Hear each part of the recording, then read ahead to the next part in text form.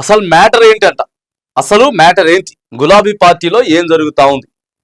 సొంత పార్టీ నేతల కుట్రలా లేక ఇతర పార్టీలు కావాలని ప్రచారమా? జరుగుతున్న ప్రచారంపై నేతల ఖండన. కవిత హరీష్ రావు వ్యాఖ్యల ఉద్దేశం ఏంటి? అన్ని గమనిస్తున్న అధిష్టానం, పార్టీ క్యాడర్లో గందరగోళం. ఇంతకీ సొంతంగా ఎదగాలనుకుంటుంది ఎవరు?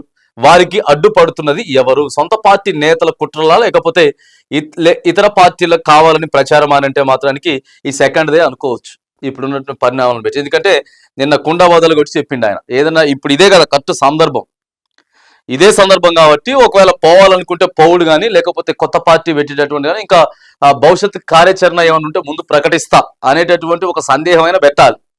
సో హరీష్ రావు అది లేదు, కుండా బద్దలు కొట్టినట్టు కొట్టిండు. మరిగా కవితది ఏందో చూద్దాం. ఇంకేం చెప్తున్నాడు హరీష్ రావు? అసలు ఏం చెప్పలేడు. ఇక మాకు కేసీఆరే మొత్తం అని చెప్పినాడు. ఇక ప్రభుత్వం ఒక మంచిగా ఉన్నది, మంచిగా పథకాలు తీసుకొస్తా ఉన్నది, ప్రభుత్వానికి మంచి పేరు వస్తా ఉన్నది అని అనుకుంటే హరీష్ రావు ఏమైనా పోవడానికి మొగ్గు ఉంటుంది. అటుపక్క ఏం పెద్దగా లేదు. పోయిన 10 మందే ఎటు కాకుండా ఉన్నది వాళ్ళ పరిస్థితి. అరే ఎందుకు పోయినారా బాబు అని చెప్పేటట్టు పెద్ద తలకాయ పెట్టుకొని ఉన్నారు. ఇక ఈయన పోయి ఏం చేస్తాడు? పర్ఫెక్ట్గా అందుకే బీఆర్ఎస్ లోనే కొనసాగుతా అని చెప్పి చెప్తూనే ఉంటే ఇంకెటు పోతాడు చెప్పురి. మొన్న వరంగల్ సభ సక్సెస్ అయింది మంచిగానే. ఆ తర్వాత ఇక మొత్తం సోషల్ మీడియా అంతా కూడా బీఆర్ఎస్కే కొద్దిగా ఫేవర్గా మాట్లాడుతున్నట్టు సందర్భం. ప్రభుత్వాన్ని విమర్శిస్తా ఉన్నారు. ఇంకెళ్ళకపోతాడు. ఇక బీజేపీలో అప్పటికి ఆల్రెడీ నాయకులు ఎక్కువైపోయినరు, మెయిన్ నాయకులంతా కూడా ఎక్కువైపోయినరు. ఈయన ఇక్కడ మెయిన్గా చూస్తాడు. బీఆర్ఎస్ లో ఉంటే ఇప్పుడు నెంబర్ 3 అని అనుకుందాం. ఒకవేళ దాంట్లోకి పోతే బీజేపీలోకి పోతే నెంబర్ 6, 7, 8 అవుతుంది. ఒకవేళ కాంగ్రెస్ పార్టీలోకి పోతే ఉండదు. ఇక వచ్చేదాకే అలాగ పోయేదాకా చూస్తారు. ఇక అలాగ పోయిన తర్వాత పట్టించుకోరు. ఇప్పుడు చూస్తూనే ఉన్నాం కదా, పెద్ద పెద్ద లీడర్లంతా పోయి ఏమైంది? అనవసరంగా వచ్చినారా బాబు, ఏం పార్టీ రా బాబు అని చెప్పి అంటలేరా? కొమ్ములు దిగినట్టు నాయకులు. ఇక అట్లనే ఉంటుంది.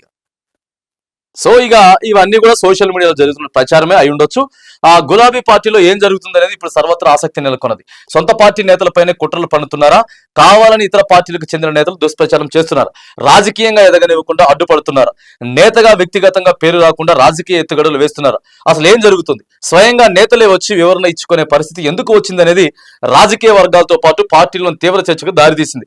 ప్రస్తుత పరిణామాలతో క్యాడర్లో కాస్త గందరగోళం అయితే నెలకొన్నదట. ఇక మీడియా ముందుకు వచ్చినటువంటి ఇద్దరు నేతలు, మీడియా ముందు కంటే మొన్న వస్తే ఒక రిపోర్టర్ అడిగితే సమాధానం చెప్పిండు. ఆయన రిపోర్టర్ అడిగితే సమాధానం కుండా బద్దలు కొట్టినట్టు చెప్పిండు.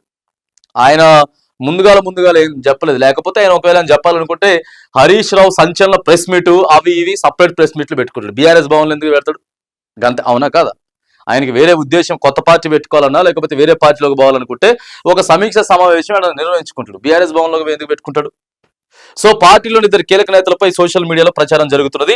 అధిష్టానంతో సమన్వయ లోపం ఏర్పడిందని, పార్టీ మారుతున్నారని, ఆ కొత్త పార్టీ పెడుతున్నారని చెప్పేసి సో ఇవన్నీ వినపడుతున్న నేపథ్యంలో సో కవిత కూడా కొంత క్లారిటీ అయితే ఇవ్వాలి. ఎందుకంటే ఆమె నేను జాగృతితో చేస్తున్న తర్వాత కొన్ని ప్లేసులలో టవల్లు వేసుకోకపోవడం, సో ఇట్లా కూడా కొన్ని ఆరోపణలు ఉన్నాయి. కాకపోతే ఇదంతా ఏమి ఉండదు, దుష్ప్రచారం తప్ప ఏమి ఉండదు.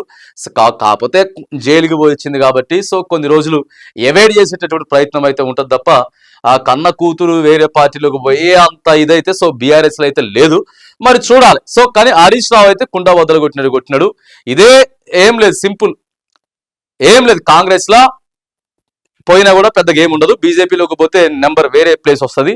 ఇప్పటికైనా సరే 3లో 4లో వీళ్ళిద్దరు 3, కేసీఆర్ 1, కేటీఆర్ 2, అది పక్క ఒప్పుకోవాల్సిందే. వీళ్ళిద్దరు 3 or 4. కాకపోతే బీఆర్ఎస్ పార్టీ కేటీఆర్ కావచ్చు లేకపోతే హరీష్ కావచ్చు, కేసీఆర్ కావచ్చు, వాళ్ళిద్దరు కేటీఆర్ అయినా సరే లేకపోతే కేసీఆర్ అయినా సరే హరీష్ ని ఇంకా కొంచెం మూవ్మెంట్ చేసి ముందుకు తీసుకెళ్ళాలి.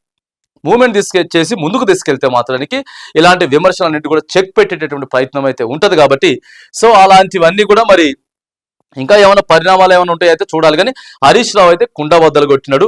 కవిత కూడా అంత ఈజీగా పోయేటటువంటి ఛాన్స్ అయితే లేదు. ఇది సోషల్ మీడియాలో సో కొంత ఒక బ్యాచ్ కావాలని చెప్పి ప్రచారం అయితే చేస్తా ఉంది అనేది మాత్రానికి సో కొంత అయితే మరి కనబడతా ఉంది, ఒక క్లారిటీ అయితే వస్తా ఉంది. మరి చూడాలి ఇక ముందు ఏం జరుగుతుంది అనేది కూడా సరే చూడాలి.